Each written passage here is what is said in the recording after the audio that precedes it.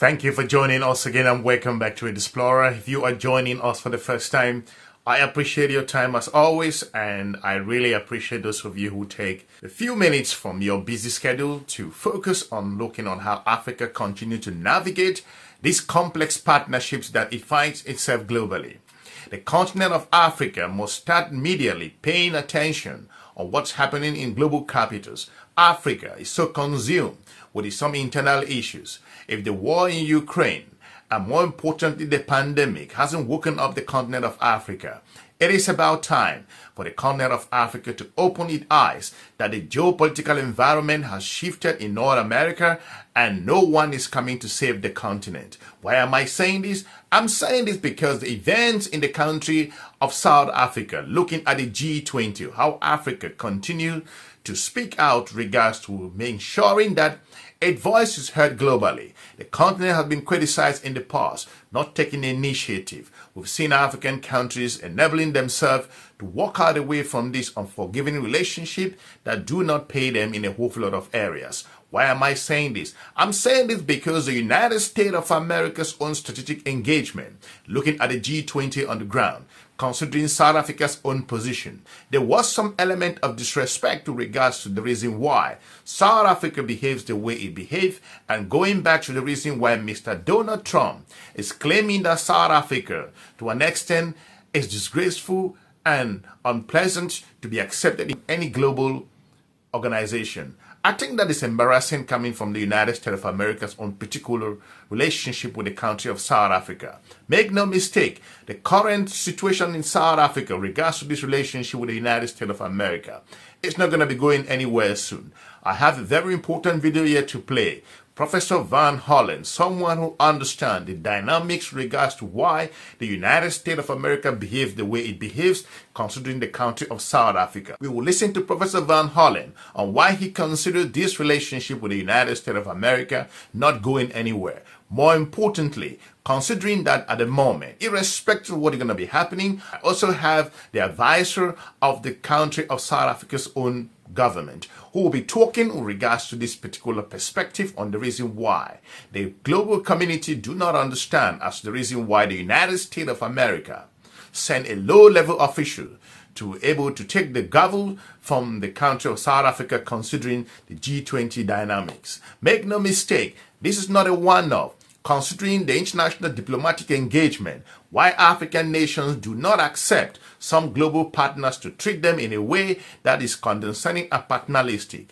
Before we play that video, I want to go back to looking at the situation in Niger and the country of the United States of America. The United States of American delegation that went to the country of Niger was at the lowest level, and the country of Niger refused the United States of American delegation that was headed by then Assistant Secretary of State Molly Field and AFRICOM Commander Mr. Michael Langley to see the president. Currently, you may call them junta, you may call whatever name, but what's important is he's the leader of the country of Niger at the moment. Are you going to deal with him? And more importantly, the country of Niger refused the United States of America's delegation to see the president because Niger to them considered the official that were being sent as low level. According to Professor Tonton, an extensive researcher who once said during his time at the State Department that most African leaders are being considered to be the rank of the United States of America's own Secretary of State. Mr. Tonton said that based on his own research and when he was practicing or spending some time at the State Department. This is not a one-off. So the country of South Africa saying that they're going to be giving the gavel or transferring that particular tropical engagement with a low-level official, with the president of the country of South Africa, I think that doesn't sit well from the geopolitical perspective. It was insulting, and for that reason, according to Professor Van Hollen, it is important to note that irrespective of where the United States of America stands at the moment, and whatever Mr. Trump is angry about South Africa, maybe Mr. Trump knows what we all do not know. But Professor Van Hollen diagnosed regards to his own perspective, analyzing a number of reasons why he thought that the country of South Africa is paying the price not just from 30% and a whole lot of back and forth with the United States of America for specific reasons that to him, he finds that very terrible regards to a partnership that, more importantly, have made billions of US dollars in terms of trade and a whole lot of areas. Professor Van Hollen went ahead and explained further with regards to why the United States of America may be having some internal grievances with regards to President Donald Trump's own perspective with the country of South Africa. Let's play this clip. You know, one of the perceptions and the read on Donald Trump is this cognitive dissonance that he has. I mean, he knows patently that there is no white genocide that is happening in South Africa. We have said it in one form or another. We've had international nations come to South Africa and move around freely and see for themselves, you know, what's happening on the ground here. But once he picks a position, it's one that he's almost like a dog with a bone around. What do you think and as you assess this, I mean, what is his end game here? We've seen provocation for war and attacks on sovereign states, you know, on so many different reasons. One wonders what's his real angle here. What do you think? You know, we all know, and the world knows, that the reason why South Africa is why Trump is casting aspersions and wanting to create a negative impression and advancing these lies and untruths and so forth is because South Africa decided to take one of its closest allies to the International Court of Justice, the State of Israel, for the charge of genocide against, you know, the Palestinians in Gaza. This is front and center the reason why Trump is creating this narrative that the very same country that is charging Israel with genocide is supposedly also engaged in genocide on the Afrikaner population and minority in South Africa. And also, you know, Trump, for the longest time, the U.S. Thought that the BRICS formation is just a club of countries coming together. They pose no threat. Well, he's now realized that actually it poses an immense threat. It's de-dollarizing. It is beginning to have trade within its own local currencies, not with the US dollar, and so on and so forth. And as a result, he's decided to target the junior member of the BRICS formation, which is South Africa, and making an example of South Africa. So for these reasons, these are the real reasons why Trump is taking aim at South Africa. Like I said in previous episode, the United States of America's own particular largest trading partner in the continent of Africa is the country of South Africa. These two countries have made billions of US dollars with regards to trade and a whole lot of area. South Africa, a landing spot for United States of America's trading businesses, and also considering that the United States have thousands of companies that are stationed in the country of South Africa. South Africa is paying the price now with regards to 30% of the tariff, and the country of South Africa, irrespective of what they will be doing, experts have watched this particular collaboration and partnership with the United States of America. A delegation sent to the United States of America, and more importantly, the United States actually expelled the South African ambassador on Twitter, what South Africa then called a megaphone diplomacy. The continent of Africa to open its eyes and diversify its partnership, that at this moment they should be looking at alternative markets which can provide them what the United States offers them. Make no mistake, Mr. Mwanganya is an advisor of the South African government. To him, irrespective of what the country will be doing, nothing's going to change with regards to the United States of America, talking about the current Trump administration. Let's play this clip. President Cyril Ramaphosa hitting out at the US President Donald Trump's latest tirade after the US President said he would exclude South Africa, he would exclude us from the next G20 summit. It's being held in Miami. Ramaphosa says Trump's decision is regrettable. The US President took to his own Truth social media platform late yesterday, repleted a baseless claim of genocide against Afrikaans people. Trump himself boycotted the G20 summit here over the weekend over the same claims, which are not based on fact. In a statement, Ramaphosa has reaffirmed South Africa's right to participate in global forums and has rebuked repeated insults from the US government. Newzroom Afrika's senior political reporter Ziyanda Ngobo spoke to the presidency spokesperson Vincent Magwenya.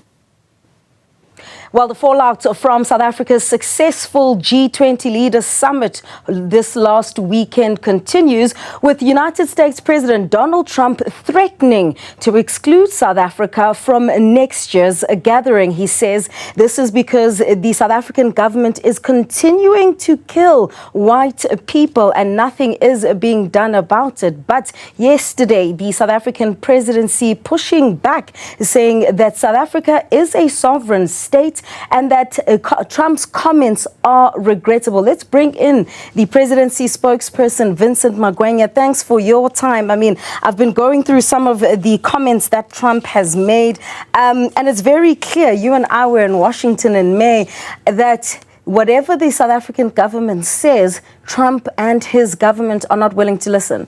Indeed, Zianda. In fact, we are now focusing on what we call functional aspects of the relationship, business to business, engagements with civil society from the United States, people to people exchanges, and accepting that at the highest level of political leadership between the US and South Africa, we may not be able to reset the relationship as we had intended, despite numerous attempts and efforts to reset the relationship. I mean, a low-key handover did take place, I think it was on Monday, where as the International Relations Minister Ronald Lamola had promised that at the level at which the United States Embassy meets us, we will meet them at the same level of respect. But legally speaking, Mr. Magwenya, Trump can't exclude you. South Africa is a G20 member in its own right. Well, his action is actually threatening to collapse the G20 because it goes against the values and the principles of the G20. South Africa is one of the founding members of the G20. It will require consensus amongst the members to either uninvite a country or invite a country. You will recall in 2022 there were attempts to remove Russia. Those attempts did not succeed because they couldn't find consensus. Equally now, we doubt that, in fact, not that we doubt, President Trump will not find any consensus around uninviting South Africa. Diplomatically, according to Professor Van Hollen, it was an insult regards to the country of South Africa's own perspective, allowing a local authority to meet the president of a country. I'm talking local authority here, I'm referring to the embassy official, of which this was never the case. That was supposed to have been done based on global diplomatic engagement. And for the country of the United States of America in the last minute to be talking about allowing a low-level official at the embassy to go and meet the president of the South Africa to hand over go through the procedure as it normally is in the G20, I think that was a disregard regards to the office of the South African presidency. You may not agree with the country of South Africa. They may have their own particular flaws, but South Africa continues to engage globally from a whole lot of perspective. I've talked on the reason why South Africa is a huge African member in the BRICS bloc at the moment, and also it's Africa's major economy, and South Africa's have global roles that it has played. South Africa's own history. Does that mean South Africa does not have challenges? It does. But again, if you are thinking of sending a low-level official at such a global event to meet the president of the country of South Africa, thinking that that is the way diplomatic engagement goes, I think the United States of America had it wrong. Let's roll this clip. Exactly, Valen. And President Trump says South Africa will not be invited to the 2026 G20 summit in Miami. He's citing a dispute over the G20 handover following the summit here in Johannesburg, which the US had decided to boycott. President Cyril Ramaphosa's office called the move regrettable and punitive and has blamed it squarely on misinformation. Let's look at the fallout with Dr. Oscar van Heerden, Senior Research Fellow at the Center for African Diplomacy and Leadership at the University of Johannesburg. Oscar, good morning. Welcome to the program. I was wondering how people like yourselves, I mean, of course, you were there front and center at the G20. We saw how things unfolded. We saw the diplomatic route that South Africa had to take in dealing with the behavior of the United States. I mean, when you saw Trump make this announcement, it wasn't entirely surprising, was it? Hi, Iman. No, not at all. I mean, we knew that there was going to be some form of blowback. Obviously, we knew that as soon as Trump woke up the next morning, he was going to throw his toys out of the cot, and this is exactly what we thought. In fact, it came as no surprise that he immediately said that South Africa is not invited to the next G20. The thing is, he can't do that, can he? You know, he knows that he can't do it, but he still wants to do the optics. It's exactly the same thing that happened when he sent a junior official to come and take the gavel from President Ramaphosa. He knows that it was insulting. He knows that, he was trying to make a statement. And now he claims in his statement that it was a senior official from the embassy. And we all know, in diplomatic circles, titles matter. Ambassador, first secretary, second secretary, and then, of course, charge d'affaires. And this was a junior official to come and take the gavel from the president of South Africa. It was insulting, and that's why I think the South African government reacted properly and said, well, we will do it off camera, behind closed doors, and with an appropriate official of the same level.